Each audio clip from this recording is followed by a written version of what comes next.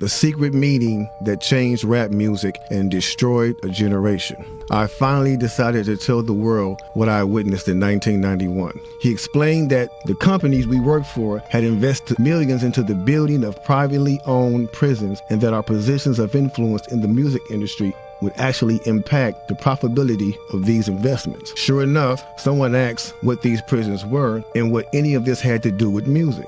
We were told that these prisons were built by privately owned companies who received funding from the government based on the number of inmates. The more inmates, the more the government would pay these prisons.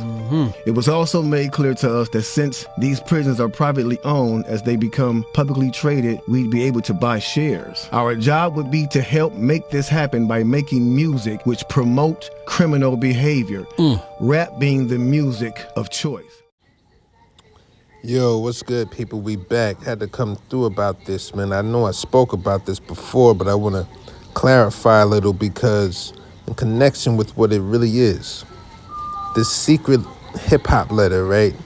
This is like the hip-hop Willie Lynch letter. The hip-hop Willie Lynch letter. The hip-hop Willie Lynch letter that Crazy Bone is reading, it has become a document. It is a matter of fact, it is a document because it was a document that was released just like the Willie Lynch letter. It is a document. I found it online one time and I printed it out. It was like 50 pages long. You know what I'm saying?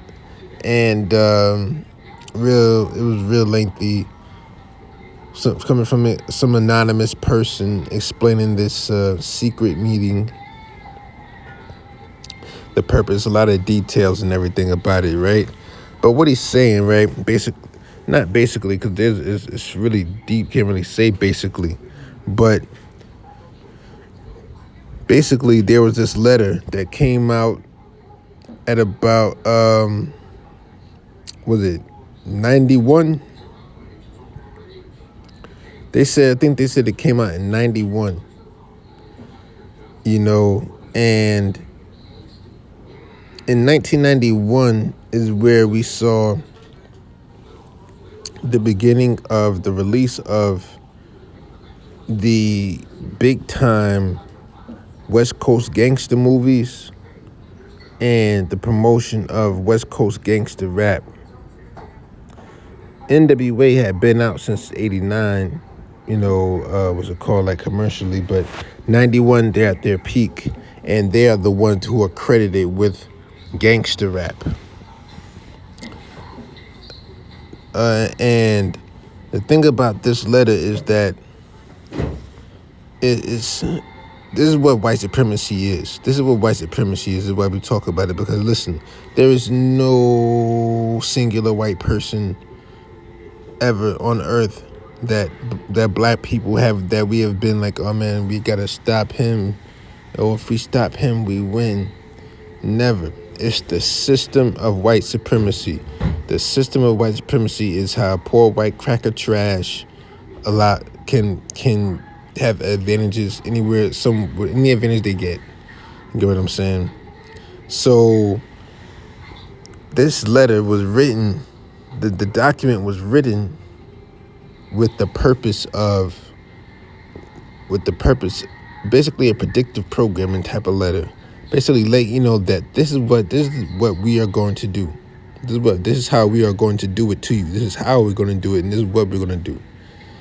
It wasn't a thing of them reporting about what's been happening and everything like that, because that's how they like to trick you as a black person. They like to trick you and making you believe and think that, oh man, we've been doing this and they just been fucking up, not knowing that the people that you've been seeing doing it are working for them. These are people that's been arrested for unscrupulous charges, for taking a piss on a tree. The cops pull up on them. Now they got their record gets pulled up, and then now they either have to start working or do 15 years for taking a piss on a tree. So those people that you see doing a lot of shit that you see written in these letters, you be like, oh man, that letter real. You know what I'm saying? No, that person is working. These are the eyes I'm trying to open up here. You know what I'm saying? To let you know what we see. So when Crazy Bone is saying that gangster rap, right? These rap labels are these rap labels and everything like that are funding private prisons, a private prison hustle, right? Let's get into the private prison hustle. If you ever seen that movie Joy Road, great movie, Joy Road, about Joy Road in Detroit. Got Avon Barksdale in there, you know what I'm saying? And starring Avon Barksdale or what have you, but and it's about private prisons, because the private prison hustle is really a private prison hustle. You wouldn't believe how these private prisons hustle. These private prisons hustlers are in our community. You know what I'm saying? They're in our community. And the thing about it is that that's really what the letter is getting at and letting you know when they try to connect gangster rap to private prison. What else did they try to connect to private prisons? Michael Jordan and Jordans. They try to make it seem like Jordan was funding private prisons off of all these black people buying Jordans. So they're really trying to make it, really trying to let you know that, listen, private prisons are being funded by you. The music you like, the sneakers you like, the weed you like, you know what I'm saying? All of that money is going to fund private prisons. And you know why? Because, all right, I'm not going to go there yet. But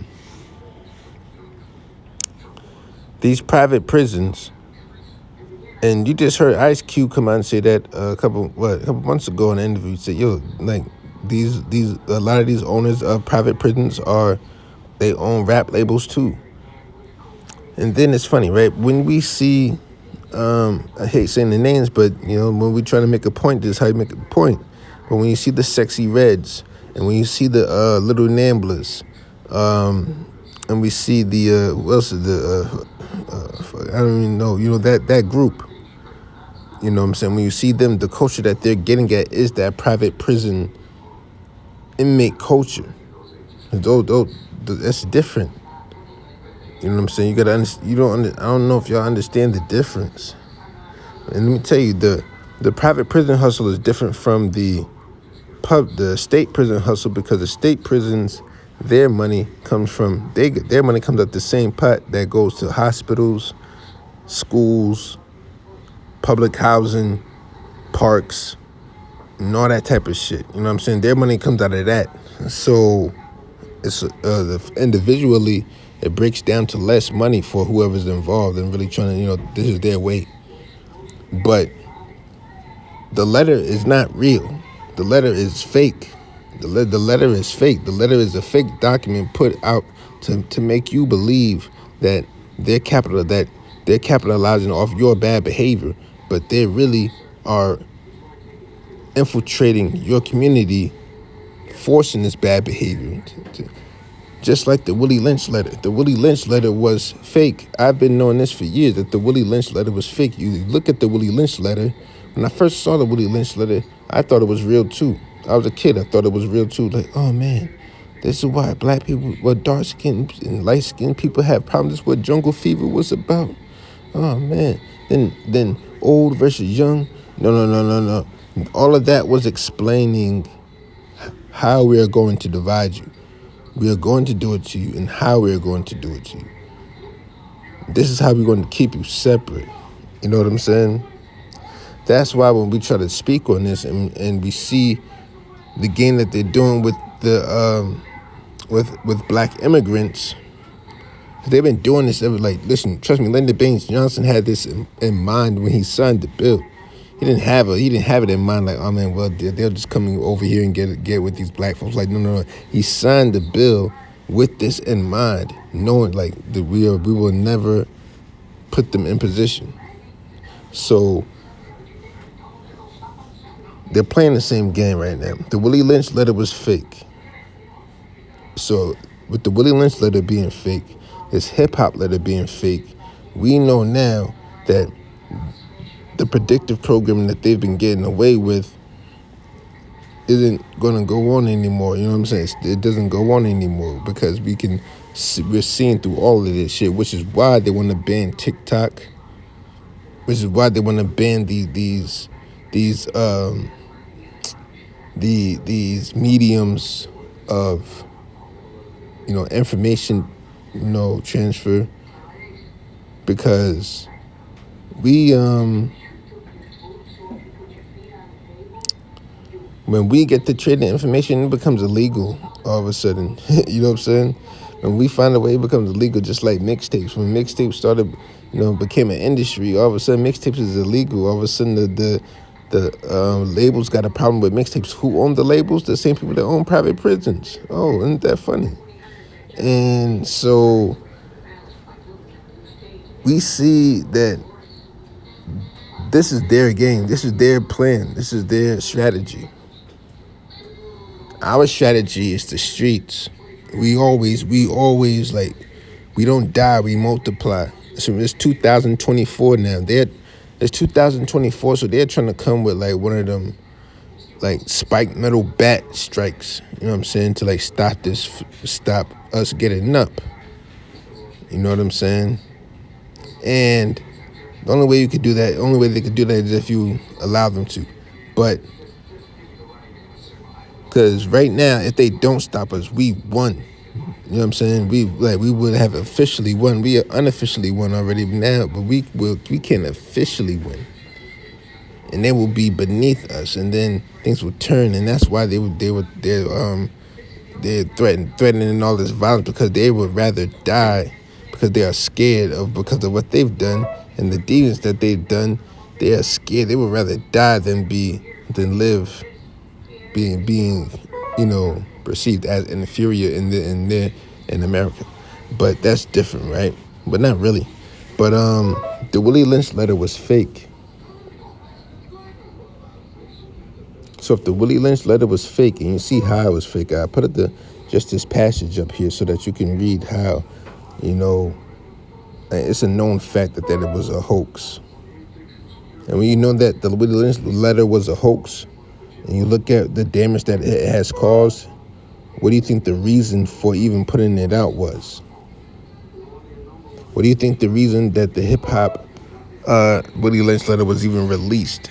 What do you think the reason is for that? Why it was put out as a message to other label owners, for them to know how to operate?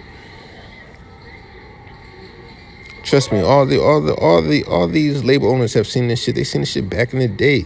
You think Dr. Dre didn't see the shit? You think Dame Dash never saw the shit? You think Suge Knight never saw the shit? You know what I'm saying? Like, come on.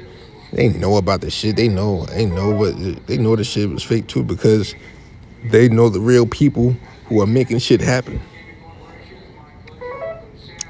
So I'm gonna go and get out of here on this one. Just know when you see these documents, it's the same thing as media. The same thing as when you look at the newspaper.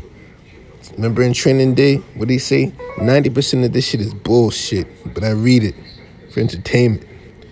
The days are long, all right? But I'm gonna go and get out of here, man. I'm out.